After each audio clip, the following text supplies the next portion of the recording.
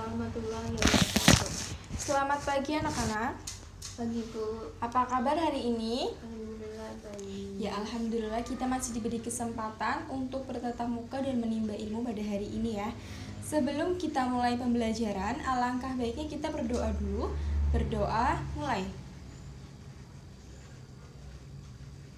Berdoa selesai. Ya sekarang Ibu absen dulu ya. Yang pertama Dava Sakti Alvaro, Hadir. Nabila Zain, Hadir. Najib Daskara Miza, Hadir. Resti Setianingsih. Hadir. Ya, alhamdulillah hari ini semuanya hadir ya. Jadi pertemuan kemarin kita membahas tentang apa? Iman kepada Rasul Allah. Nah, sekarang kita akan membahas tentang ketentuan puasa wajib. Sebelum kita mulai ke materi, saya minta Mbak Nabila untuk membacakan surat Al-Baqarah ayat 183 dulu.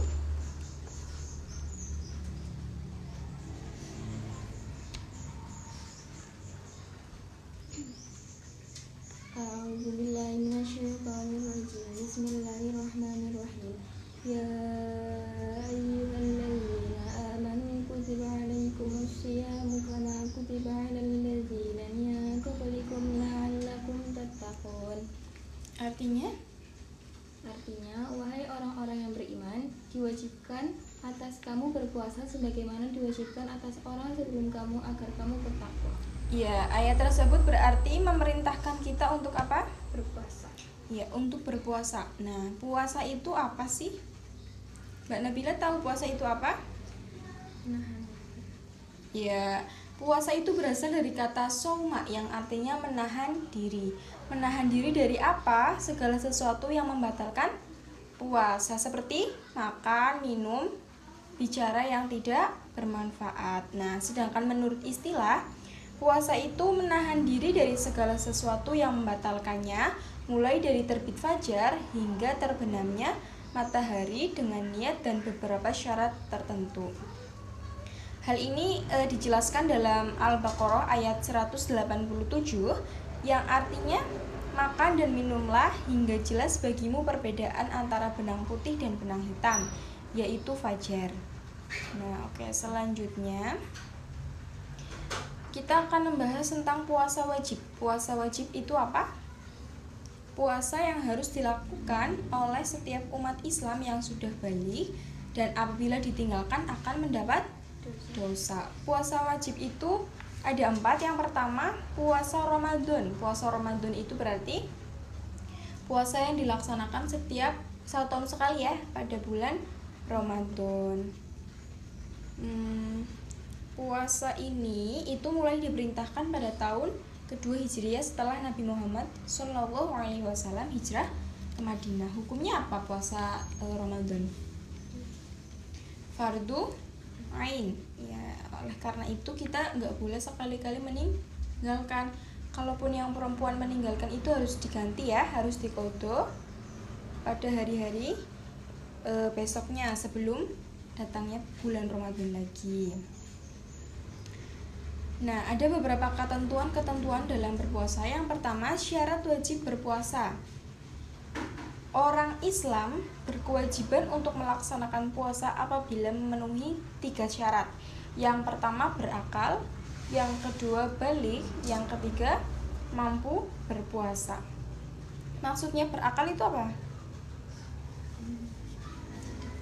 Iya, tidak gila.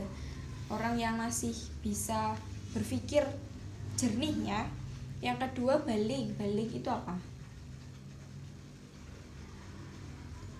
Iya, sudah bisa membedakan mana yang benar dan mana yang salah. Kalau perempuan itu biasanya kalau sudah haid, kalau laki-laki kalau sudah ya sudah sunat atau juga sudah mimpi basah ya. Selanjutnya syarat sah puasa. Syarat sah puasa yang pertama itu beragama Islam. Jadi orang yang berpuasa itu harus beragama Islam dulu. Yang kedua, mumayyiz. Mumayyiz itu sudah dapat membedakan mana yang baik dan mana yang tidak baik. Yang ketiga itu suci dari darah haid dan nifas. Yang keempat, dalam waktu yang diperbolehkan untuk berpuasa, karena ada beberapa hari dalam 1 tahun itu yang tidak boleh berpuasa, yang haram untuk berpuasa. Nah, selanjutnya rukun puasa. Orang yang akan melaksanakan puasa itu harus memenuhi rukun puasa. Yang pertama, niat untuk berpuasa. Coba siapa yang hafal niat puasa? Gimana bunyinya? Biasanya diucapkan kalau setelah sholat tarawih. Niatnya bagaimana? Ya, coba. Nawaitu saumal ghadin an adai fardhillah ta'ala.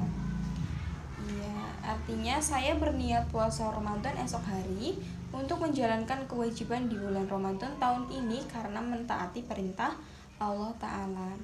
Niat ini itu harus dilakukan, enggak harus sih, diwajibkannya itu pada malam hari sebelum memulai puasa, dan selambat-lambatnya itu sebelum terbit fajar, berarti sebelum adzan subuh itu harus sudah niat. Jadi kita nggak boleh asal-asalan puasa tanpa niat, karena segala sesuatu itu tergantung pada niatnya. Yang kedua, rukunnya itu menahan diri dari segala sesuatu yang membatalkan puasa dari terbit fajar sampai terbenamnya matahari. Berarti tadi rukun puasa itu ada cuma dua. Yang pertama niat, yang kedua menahan diri dari segala sesuatu yang membatalkan dari terbit fajar hingga terbenamnya matahari. Selanjutnya hal-hal yang membatalkan puasa. Hal-hal yang membatalkan puasa, yang pertama itu makan dan minum, ya sudah jelas. Kalau puasa itu tidak boleh makan dan juga minum. Yang kedua itu muntah yang disengaja atau dibuat-buat. Jadi sengaja pengen muntah ben puasane batal, itu nggak boleh ya. Yang ketiga berhubungan suami istri. Yang keempat keluar darah haid atau nifas bagi perempuan. Yang kelima gila atau sakit jiwa. Terus yang terakhir keluar cairan mani yang disengaja. Selanjutnya hal-hal yang disunahkan dalam berpuasa.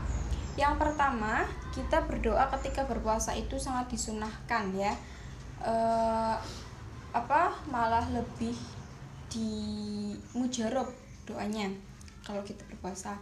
Terus yang kedua, memperbanyak sedekah. Yang ketiga, sholat malam termasuk sholat tarawih. Terus yang keempat, tadarus atau membaca Al-Qur'an. Biasanya kalau puasa khatam berapa kali? 1 kali, besok 2 kali ya mbak. Terus yang selanjutnya itu orang-orang yang mengurangi pahala puasa. Contohnya apa? Hal-hal yang mengurangi pahala puasa. Iya, gibah, berbohong, mencaci. Terus selanjutnya orang-orang yang boleh berbuka pada bulan puasa, yang mendapat keringanan. Yang pertama itu orang yang sedang sakit dan tidak kuat untuk berpuasa, atau apabila berpuasa sakitnya itu semakin parah. Nah, nanti dia harus mengganti pada saat sudah sembuh. Yang kedua, apabila sedang perjalanan jauh, itu juga boleh tidak berpuasa, tapi nanti wajib mengqadha juga di hari lain.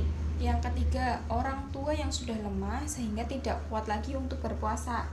Nah, kalau ini tidak wajib mengganti tapi membayar fidyah. Fidyah itu apa? Memberi makan orang-orang fakir.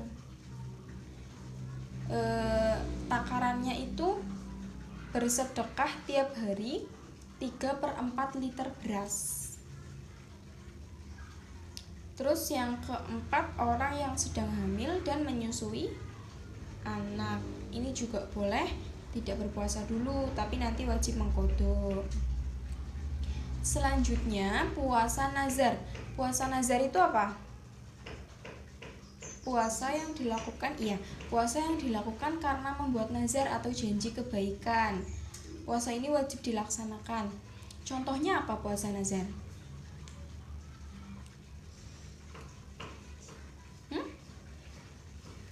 Janji apa? Contohnya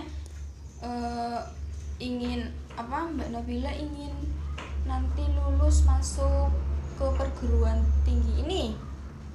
Mbak Nabila janji nazar, kalau sampai saya masuk ke sana saya akan berpuasa selama misal 3 hari berturut-turut. Nah itu nanti kalau benar-benar sudah masuk berarti harus wajib untuk berpuasa karena itu janji kepada Allah.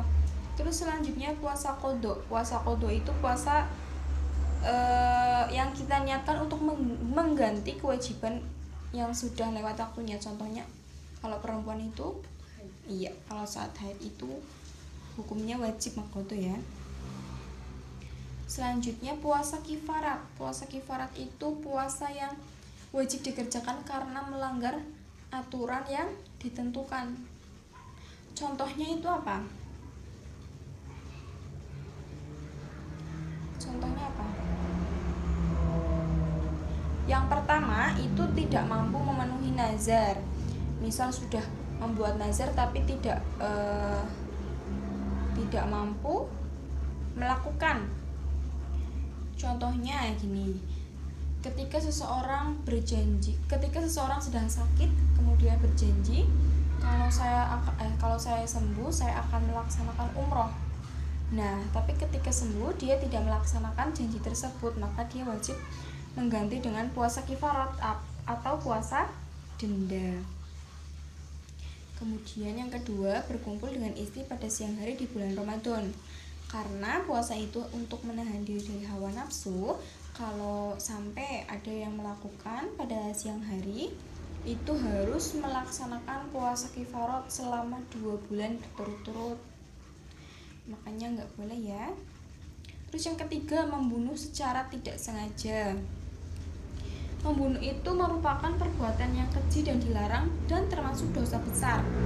Namun seringkali pelakunya itu tidak sengaja atau sebenarnya itu tidak menginginkan hal seperti itu tapi terjadi. Nah itu bisa dilakukan dengan cara puasa kifarat atau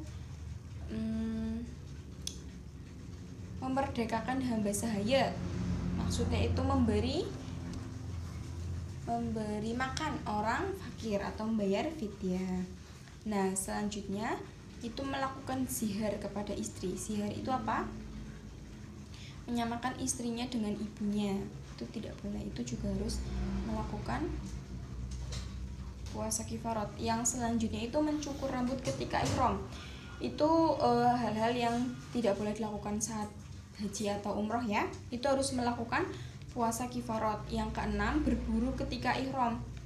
Jadi di sana kita itu tidak boleh membunuh hewan. Nyamuk juga nggak boleh, apalagi yang besar-besar. Terus selanjutnya mengerjakan haji dan umroh dengan cara tamattu atau qiron. Itu juga harus melaksanakan puasa kifarat. Ya, selanjutnya Bu Guru ingin membentuk beberapa kelompok untuk mendiskusikan apa saja sih hikmah melaksanakan puasa. Nah, sekarang ini berempat saja. Berarti yang cewek sama cewek, yang cowok sama cowok berdiskusi, nanti saling menyampaikan hasil diskusinya. Nanti yang melakukan diskusi yang paling menarik nanti Bu Guru kasih rewards. Oke, sekarang boleh diskusi dulu.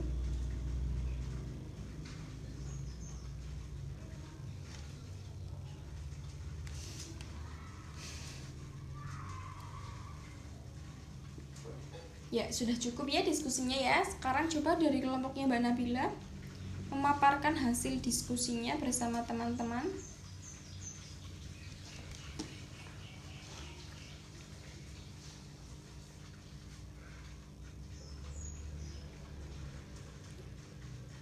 Ya, hikmah berpuasa. Hikmah berpuasa: 1. Meningkatkan iman dan takwa kepada Allah. 2. Menumbuhkan rasa solidaritas terhadap sesama. 3. Melatih dan mendidik kesabaran dalam kehidupan sehari-hari. Terus Dapat mengendalikan hawa nafsu dari fajar sampai terbenamnya matahari. Dan mendidik diri untuk bersifat sidik. Dan memberi waktu istirahat untuk organ yang ada di dalam tubuh. iya, betul sekali. Terus sekarang Bu Guru mau tanya, Ada yang tahu kapan saja waktu yang diharamkan untuk berpuasa? Kapan? Hari Jumat ya boleh. Kalau tapi ada ketentuannya, hari Jumat kalau sebelum atau sesudahnya tidak puasa. Tapi kalau misal Kamisnya atau Sabtunya itu puasa itu boleh. Terus kedua, pada saat hari ya Idul Fitri maupun Idul Adha itu tidak boleh berpuasa. Terus yang ketiga, hari Tash. Hari Tasyrik itu kapan? Tanggal 11, 12 dan 13 Zulhijjah. Terus yang keempat itu hari yang diragukan. Hari yang diragukan itu contohnya awal bulan Ramadan yang belum ditentukan. Itu termasuk hari yang diragukan, jadi belum boleh untuk berpuasa.